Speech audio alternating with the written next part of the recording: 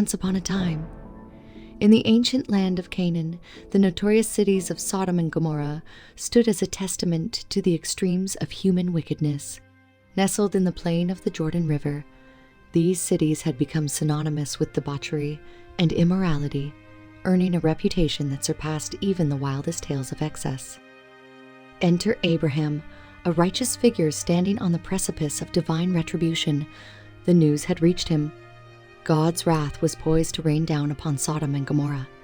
Yet, Abraham was not a detached observer. His nephew Lot resided in Sodom. Fueled by genuine concern, Abraham dared to negotiate with the Almighty, attempting to strike a divine deal. In an audacious mix of boldness and heartfelt worry, Abraham questioned God's plan. "Hey, God, buddy, if you find 50 righteous people in Sodom, would you really wipe out the whole place? I mean, come on, you're the righteous judge and all, but think about it." God, patient and accommodating, agreed. "All right. If there are 50 righteous dudes, I'll spare the whole city for their sake." But Abraham, the shrewd negotiator, pushed further. "What if we shave off a few? What if there are 40 righteous folks? Will you still go all apocalyptic on them?" And God, still playing along, replied, "Sure, if you find 40, I'll hold off on the divine demolition." The bargaining continued, each time with God exhibiting infinite patience and agreeing not to unleash divine wrath for dwindling righteous headcounts. 30, 20, even 10. Amidst this divine parley, God dispatched 2 celestial guests in the guise of angels to the infamous city of Sodom. These heavenly beings weren't on a vacation. They had a mission to fulfill, and their first stop was the residence of Lot. A righteous man and the nephew of Abraham, little did Lot know his hospitality was about to be tested in the crucible of cosmic events. As the evening descended, Lot's house turned into the epicenter of a cosmic storm. The city's nefarious reputation seeped in, casting a dark shadow over what should have been a casual night of celestial chat and fine dining. Word spread fast in Sodom, and a menacing mob, fueled by the city's wickedness, gathered at Lot's door. This wasn't a welcoming committee, but a menacing crowd of Sodomites, young and old, demanding the release of the celestial guests. And shockingly, their intentions weren't for friendly conversation, but for immoral acts with the heavenly beings, a scene that would make one cringe at the depths of depravity these individuals had reached. Caught in the maelstrom of chaos, Lot realized he had to act to protect his angelic guests.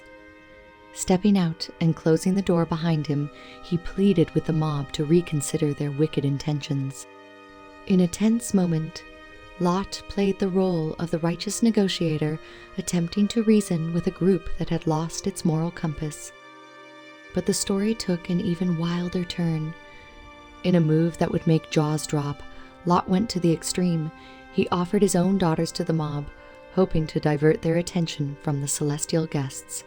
In the twisted morality of Sodom, it was a desperate attempt to uphold the sacred duty of hospitality, even at the cost of his own family.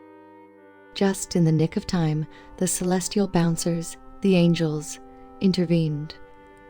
They pulled Lot back into the safety of his house and, for added effect, struck the unruly mob with temporary blindness. As chaos unfolded, the angels unveiled the divine plan. Sodom and Gomorrah were on God's hit list for Judgment Day. Lot and his family needed to hit the road urgently. The angels instructed Lot to gather his loved ones and flee the cities before they succumbed to heavenly flames.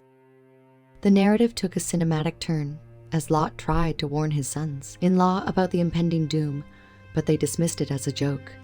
The next morning, Lot, his wife, and his 2 daughters hit the road, leaving Sodom behind.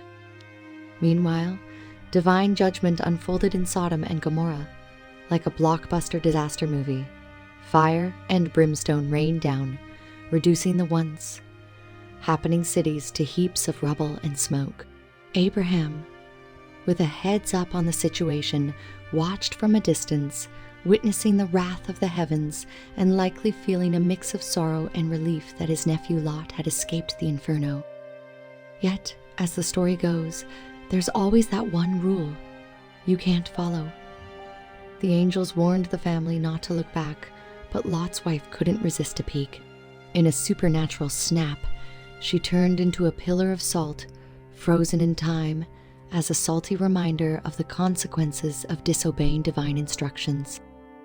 Lot, grieving the loss of his wife, had little time to dwell on the tragedy. The divine mission continued. The angels, still shepherding this shattered family, urged them to press on toward safety. The once prosperous plains were now a desolate landscape, and Lot, his daughters, and the celestial guides sought refuge in the mountains. In the aftermath of destruction, the divine plan took an unexpected turn. Lot and his daughters found themselves in a cave, a makeshift shelter amidst the rocky landscape. The weight of their predicament, the loss of their home, the irreversible fate of Lot's wife, and the uncertain future hung heavy in the air. Here's where the narrative takes a twist that leaves you scratching your head. Lot's daughters, believing themselves to be the last remnants of humanity, concoct a plan that raises eyebrows even in the most unconventional of family dynamics. Fearing the extinction of their family line, they resort to an unorthodox method to ensure its continuation. On successive nights, as the mountain winds whispered through the cave's entrance, Lot's daughters engage in a ritual fueled by a desire to ensure the survival of their family line. They get their father intoxicated, blurring the lines between consent and manipulation, and take matters into their own hands to secure offspring. It's a scene that unfolds in the shadows of the cave, a clandestine act driven by the fear of extinction and the uncertain future that awaits them outside.